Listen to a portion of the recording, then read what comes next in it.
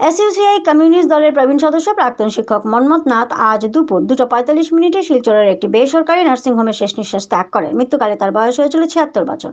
তার মৃত্যুর খবর ছড়িয়ে পড়তে দলের কর্মী, সমর্থক ও পরিচিতি মহলে গভীর শোকের ছায়া নেমে আসে। সাম্প্রতিককালে তিনি বিদ্যুৎ গ্রাহকদের আন্দোলনে নেতৃত্বকারী ভূমিকা পালন করেন। এছাড়াও এনআরসির বিরুদ্ধে শিলচর লামডিং ব্রডগেজ সম্প্রসারণের কাজ দ্রুত সম্পন্ন সহ বিভিন্ন নাগরিক আন্দোলনে তিনি গুরুত্বপূর্ণ ভূমিকা পালন করে গেছেন।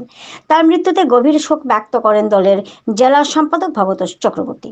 দলের উকিলপট্টি স্থিত কার্যালয়ে তার মরদেহ পৌঁছালে সেখানে দল ও গণসংগঠনের পক্ষ থেকে মাল্যদান করে শ্রদ্ধা জানানো হয়। তার শেষ ইচ্ছা অনুযায়ী মরদেহ শিলচর মেডিকেল কলেজের অ্যানাটমি বিভাগে সমঝে দেওয়া হয়।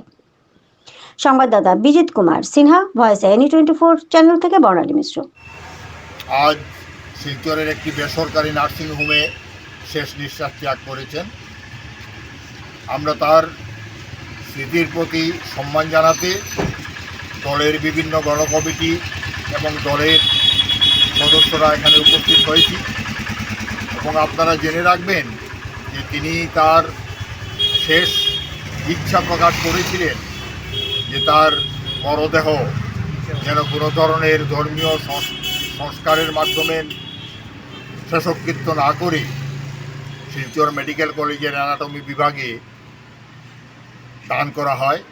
আমরা সেই জন্যই একটু পরেই তার মরদেহটা আমরা শিলচর মেডিকেল কলেজের অ্যানাটমি বিভাগে নিয়ে যাব, সেখানেই আমরা দান করব।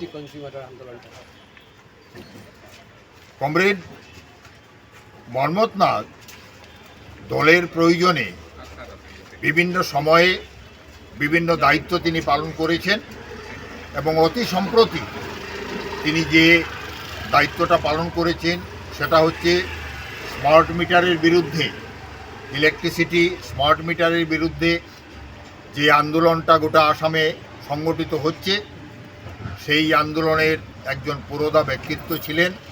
কাছাড় জেলা কমিটির সভাপতি তিনি ছিলেন এবং এই সভাপতি থাকা অবস্থায় তিনি শারীরিক অসুস্থতা সত্ত্বেও বিভিন্ন জায়গায় তিনি আন্দোলন পরিচালনা করেছেন এবং তারই সুযোগ্য নেতৃত্বে আমাদের কাছাড় জেলায় তথা গোটা বরাক উপত্যকায় এই স্মার্ট মিটারের বিরুদ্ধে আন্দোলনটা একটা বৃহৎ আকার ধারণ করেছে।